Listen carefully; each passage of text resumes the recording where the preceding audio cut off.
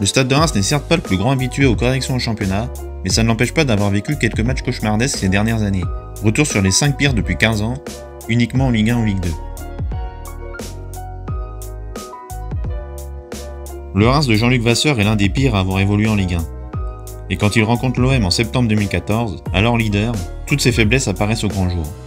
Son 4-4-2 en losange explose de toutes parts. Si Placide repousse d'entrée un pénalty de Gignac, l'attaquant phocéen trouve tout de même la faille 10 secondes plus tard, puis signe un doublé.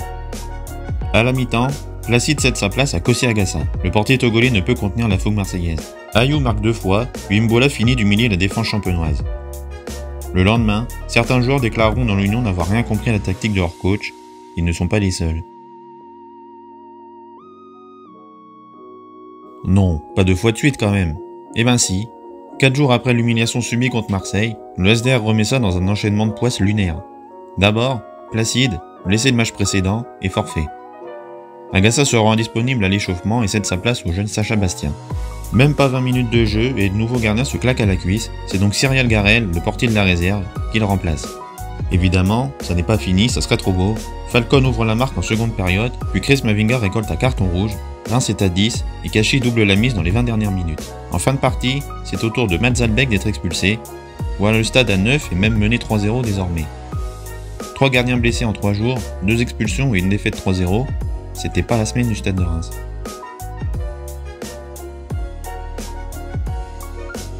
Avant-dernier de Ligue 2 et sans succès depuis plus de 3 mois, Laval ne semble pas en mesure de contester la supériorité d'un Reims qui vise la montée. D'ailleurs, les buts rapides de Chavaria et Kiel laissent augurer un succès tranquille. Si les Mayennais reviennent à 2-1, Rémi Houdin se voit offrir une belle balle de break sur penalty qu'il manque. 6 minutes plus tard, Bayard égalise, le début d'une incroyable chute. Dans le dernier quart d'heure, Janvier concède un penalty qu'Ala ne rate pas, puis pas le temps de s'en remettre que Weber marque contre son camp, puis les Rémois boivent la qualif jusqu'à l'allié avec un dernier but de Huissa dans le temps additionnel. Une défaite abracadabrante et un poil honteuse aussi. Relégable avec 2 points en 6 journées, le Stade espère se racheter contre le promu Lorient. Sauf que Conan, Zenelli, Berisha et Hornby sont blessés, Mounetzi est suspendu, Touré cas contact Covid et Diaz est blessé à l'échauffement. Voilà qui complique un peu plus la tâche des Rémois, même si ce sont eux qui ouvrent le score sur le seul tir de la première période, par Moreto Kasama au quart d'heure de jeu.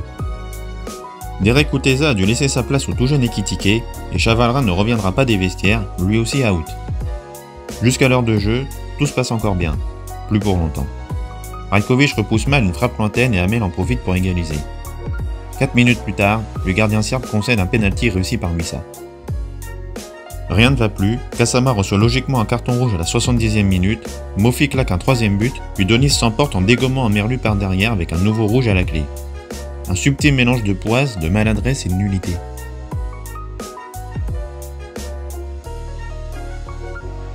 Que peut-il se passer quand un dernier de Liga rencontre une équipe à la lutte pour l'Europe?